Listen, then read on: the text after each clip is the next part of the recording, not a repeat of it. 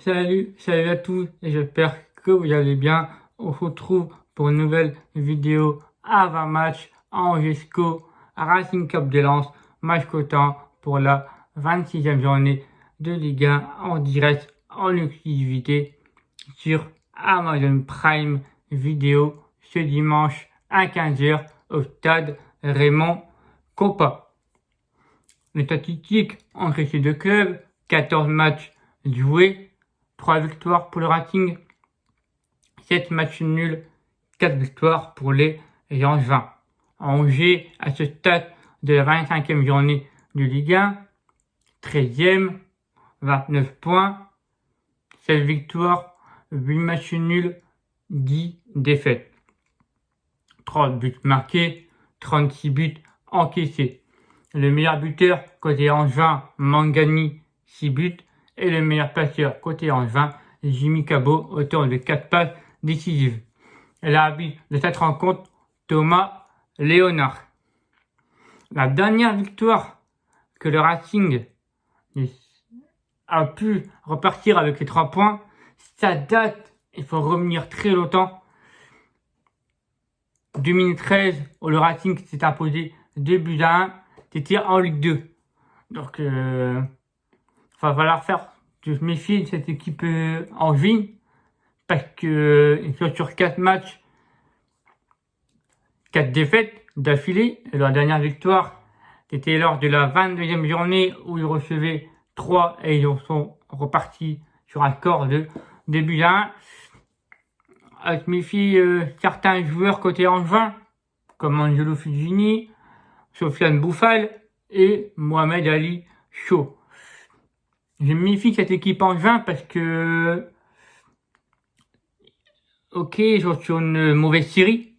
Comme nous, on était, ou je vais un peu le dire, que nous, on était sur 3 mauvaises séries au mois de janvier.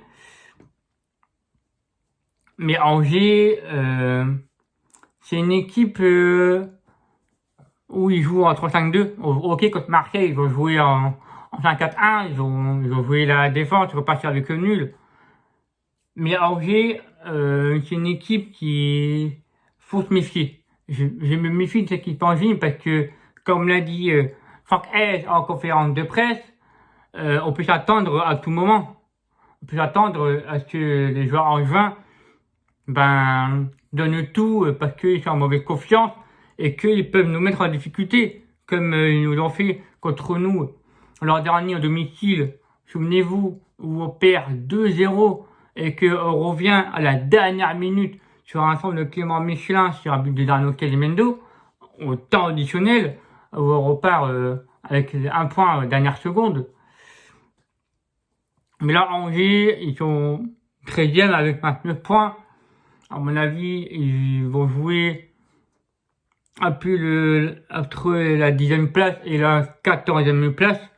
Je ne vois pas trop au-dessus au classement les Angevins. Je pense pas qu'ils vont viser qu'une place européenne.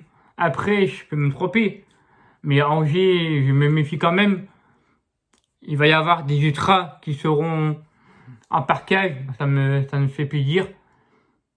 Les absents des deux équipes, en conférence de presse, Franck Hez a annoncé que Coco Jean a une blessure minuscule. Il est blessé quelques semaines, mais il va le retrouver en fin de saison. Moi, je pense que quelques semaines, ça voudrait dire à la fin du mois, si on comprend bien. Et Wesley Saïd, qui ne pourra pas être présent dans le groupe, mais qui sera peut-être de retour la semaine prochaine pour la réception de Brest, parce que il y a eu un retour. C'est Joe Grady. Il a fait une semaine complète. Donc, ça va beaucoup mieux pour notre perceuse, notre patron de la défense, qui va se retrouver, faire son retour dans le groupe.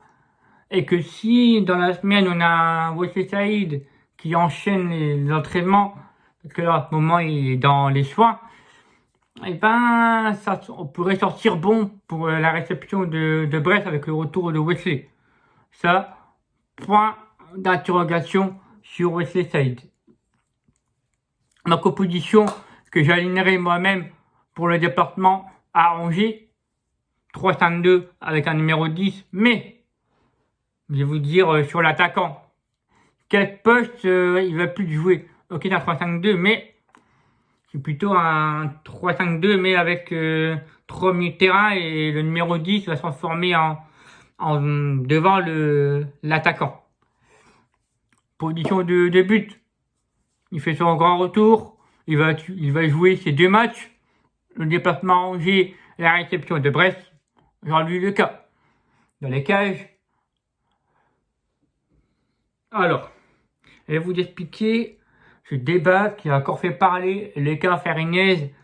Là où c'est le seul réseau que je vois et que je pense que j'ai bien fait de ne plus discuter avec eux, de me rester en retrait, de visualiser ce qui se passe sur certains critiques envers certains joueurs, critiques, qui est Facebook. Facebook, c'est le pire, mais le pire des réseaux sociaux.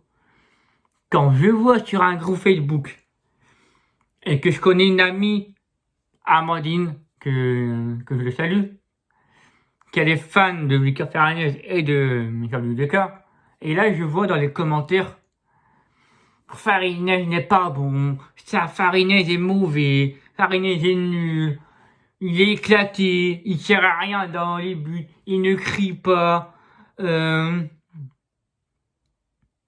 une passoire. Mais les mecs, Lucas Farinez, il est en train de débuter. Pour moi, il est très très jeune. Il faut lui laisser du temps. Ça ne te juge pas en 3-4 matchs, vu le cœur.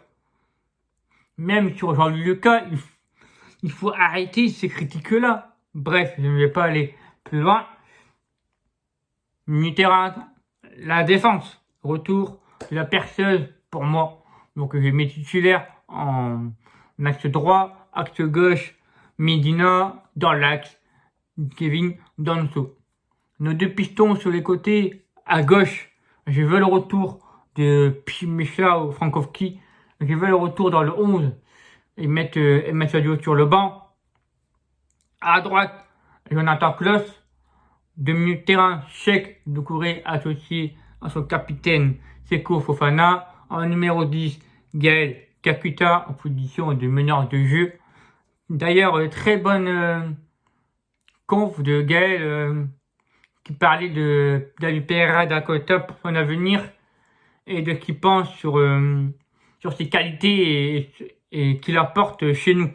J'ai bien aimé sa conf de presse.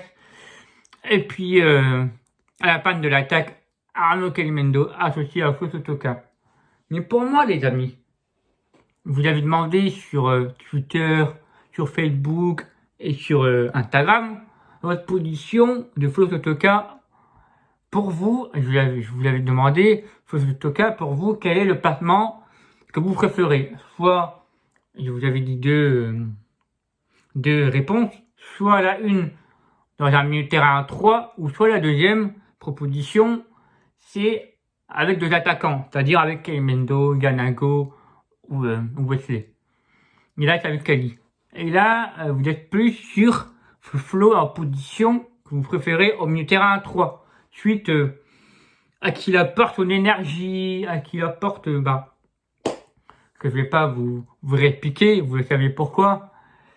Moi, je pense que Flo, il joue en 2 rôles. Mais pour moi, son rôle principal, c'est qu'il dépend plus de son énergie, c'est d'apport défensif qui fait que il peut jouer en 2 numéro 10 ou en milieu de terrain 3. Et qu'on l'a vu contre la réception de Bordeaux et de l'Olympique Lyonnais. Ce placement n'était pas qu'il jouait avec Calimendo. Pour moi, c'était plus Kakuta qui prenait sa place à Flo, et Flo, il prenait la place de Gaël, et que Flo, à chaque fois, il faisait beaucoup d'efforts défensifs. On le voit à l'image de l'ouverture du score de Jonathan Klaus. C'est lui qui récupère le ballon sur Tanguy Ndombele. Pour moi, avoir le positionnement de Flo Toka contre Angers. C'est juste ça à avoir. Mon prono, 2-0. Je vois une victoire et je veux que là, on va enchaîner Angers, Brest, Metz et Clermont avant contre Strasbourg. Strasbourg, Lille, Nice. Voilà qui nous attend après ces 4 matchs. Donc attention, puisque là pour moi il faut qu'on trouve une série. Il faut qu'on enchaîne une série. Là on est sur une série de 2 matchs sans défaite. Une victoire à nul. Donc là je veux repartir avec les 3 points à Angers. Voilà. En commentaire, n'hésitez pas dans les respects, dans les avis de chacun, Angevin, Angevine, Lensois ou supporters d'autres clubs. Je vous vois dans les commentaires et puis je réagis. N'hésitez pas à liker, commenter, partager ma vidéo. Ça me ferait extrêmement plaisir. Puis maintenant je vous retrouve lundi pour le débrief Angers et Lens. Et comme toujours, Lensois un jour, Lensois toujours. Ciao les amis. C'était Thibaut et surtout, prenez soin de vous, prenez soin